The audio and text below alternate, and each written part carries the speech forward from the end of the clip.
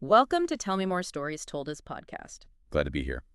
Today, we're taking a deep dive into a case that really shook people. Utterly disturbing. That's right.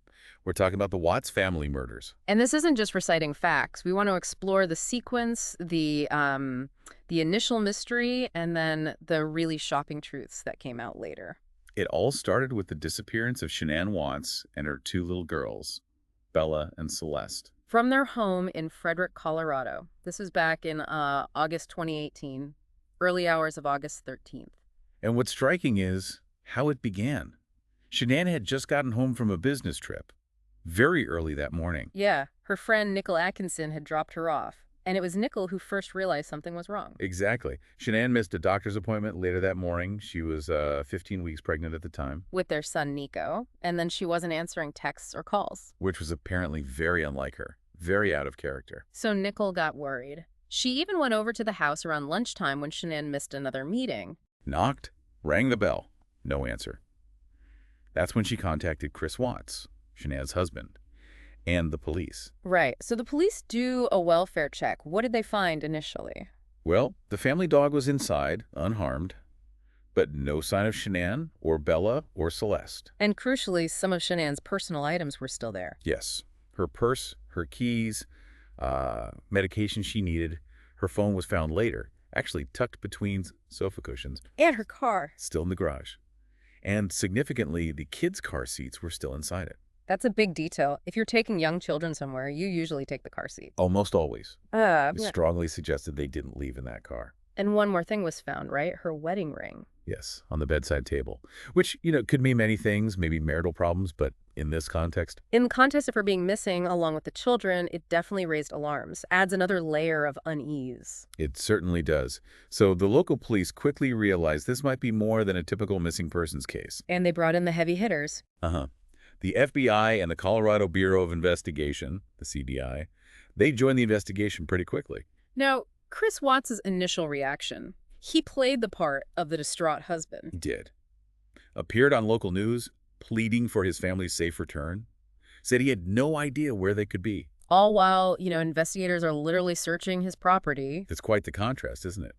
His public pleas versus what was really unfolding. Search dogs were there. That deception is just hard to fathom. So what was the turning point? A big one was the polygraph test. The lie detector. Always controversial, but sometimes pivotal. And in this case, it seems it was. He failed it. And after that? After failing the polygraph, things changed. He asked to speak to his father first. Okay. And he confessed to his dad. Then he spoke to the authorities again and admitted he had killed Shanann. He admitted killing Shanann, but his initial story about the girls? That was different, wasn't it? Yes, critically different. His first confession included this claim that Shanann had smothered the girls after he told her he wanted a separation.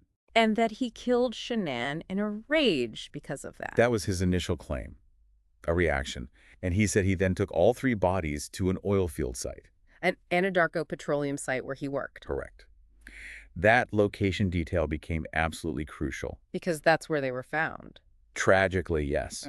Based on his information, investigators went to that oil site. And the discoveries were just horrific. Shanann was found buried in a shallow grave on the property. And the girls, Bella and Celeste. Their bodies were found submerged inside two separate crude oil tanks on the same site. Inside the tanks? How is that even possible? It's horrifying to contemplate. The openings, the hatches on top of these tanks, were only about 8 inches in diameter. 8 inches, you would have had to. Force their small bodies through those openings.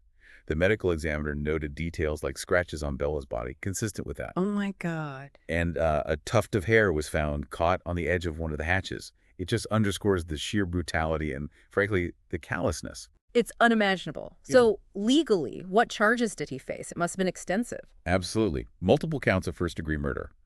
There was also a specific count for the deaths of children under 12 by someone in a position of trust. Which, as their father, he clearly was. Precisely. And because Shanann was pregnant, he was also charged with unlawful termination of a pregnancy. For Nico. Plus 3 counts of tampering with deceased human bodies. And his job at Anadarko. He was fired. That happened on August 15th, the day of his arrest. There was also surveillance footage, wasn't there, from a neighbor? Yes, that was another key piece of evidence. A neighbor's security camera captured footage early on the morning of August 13th. What did it show? It showed Chris Watts backing his work truck up to his garage. It also showed him loading things into the truck, including what looked like a gas can. Which completely contradicted his story that Shanann had left with the kids earlier. Exactly. It placed him actively moving things around, loading his truck during the time frame the murders likely occurred, and the bodies were removed. It strongly supported the prosecution's timeline. This type of crime, killing your whole family. There's a term for it, right? Yes, it's called familicide, the annihilation of one's own family. It's thankfully rare, but incredibly devastating when it happens. I remember reading something. Didn't a profiler comment on this case? Yes, former FBI profiler Candace DeLong made an interesting point. She noted that often in familicide cases, the perpetrator doesn't survive. They frequently commit suicide afterwards. Watts didn't. No. Though apparently, he claimed later he had contemplated it. It does make his case somewhat unusual in that regard. Now, if you're finding this deep dive into Tell Me more compelling, even though it's incredibly difficult subject matter, It really is. make sure you hit that subscribe button. We explore a lot of complex stories here, and you won't want to miss future deep dives. Definitely subscribe. Okay, so we mentioned his initial confession had that story about Shanann harming the girls. Right, the rage reaction story. But later on, a different version emerged. Yeah. This was relayed through his lawyer, actually, on the Dr. Phil show. What was this new version? In this account, he claimed the argument was about divorce. Then little Bella supposedly walked in on them after he had killed Shanann. Oh, no.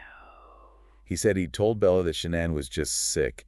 Then he claimed he loaded Shanann's body and the still-living girls into his truck. And killed the girls later, at the oil site. Yes, that he smothered them there one after the other. This narrative changed significantly from his first confession.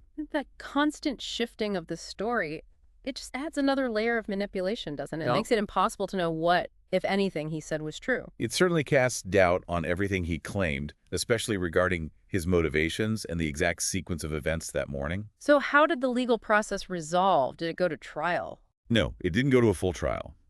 On November 6, 2018, Chris Watts pleaded guilty to all charges. He pleaded guilty to everything. Yes, including the murders of Shanann, Bella, Celeste, and the unlawful termination of Nico's life. And the death penalty? Colorado had it at the time, I believe? It did, yes. But the prosecution agreed to take the death penalty off the table. This was done, importantly, at the request of Shanann's family. They didn't want any more deaths. Exactly. Yeah. They wanted to avoid a lengthy trial and appeals process. So, in exchange for his guilty plea, he was sentenced to life in prison without the possibility of parole. How many life sentences? 5 in total. 3 consecutive life sentences for the murders, plus more time served consecutively for the other charges, like termination of pregnancy and tampering with bodies, essentially ensuring he would never leave prison. And he wasn't kept in Colorado, was he? No, due to security concerns, almost immediately after sentencing, he was transferred to a maximum security facility out of state in Wisconsin.